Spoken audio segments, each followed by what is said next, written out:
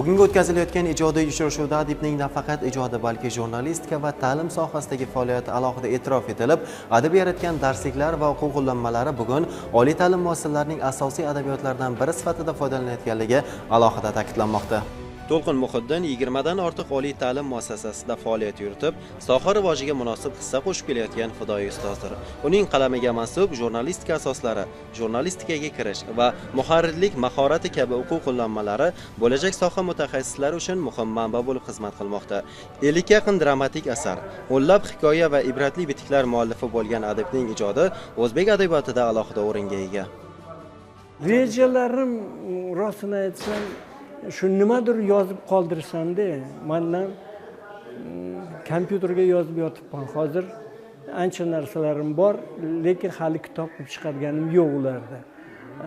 Balkim keyin chiqarlar, lekin yozib qolish kerak.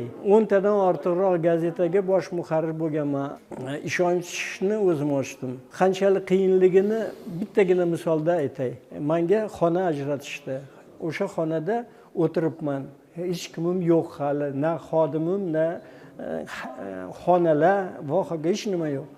Keyin o'ylab yozib, chaqirib odamlarni bittama-bitta ishga kelasanmi, kelaman. Men shunaqa lavozimga va hokazo qilib yig'ganman-da kadrlarda. Keyin men stul tashib, xonalar olib ko'payganmiz. Adibning saodatning jasorati, o'chmas bitiklar, turmush madaniyati hamda Mehribonlarim kabi qator badiiy kitoblari nashr etilib, allaqachon kitobxonlar mehrini qozongan. Ushbu asarlar o'zining yuksak badiiy qiymati va hayotiy falsafasi bilan ajralib turadi. 1985-yilning 17-dekabr kuni To'lqin Qozoqboyev Toshkent oqshomi Veshniy Tashkent gazetalarining bosh muharriri sifatida faoliyatini boshladilar. Hozir giyohvandlik haqida juda ko'p gaplar bo'lyapti. Giyohvandlik qonunlar chiqyapti, qarorlar chiqyapti.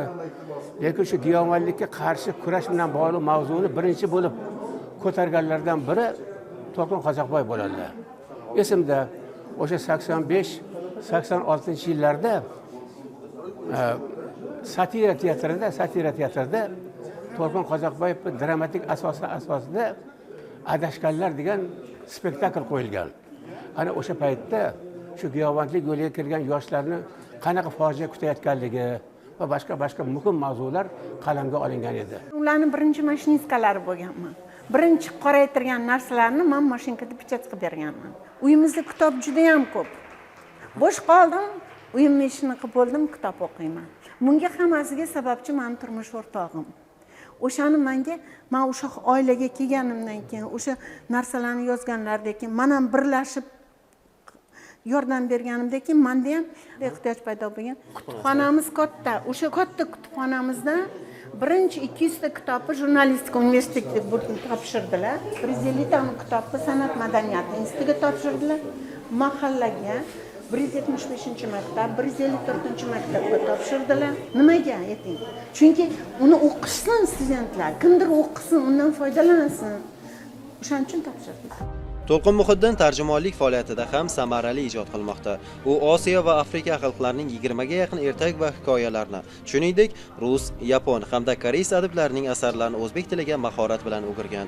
Zokir Mo'minov, Islombek Abdunabiyov bugun dastur uchun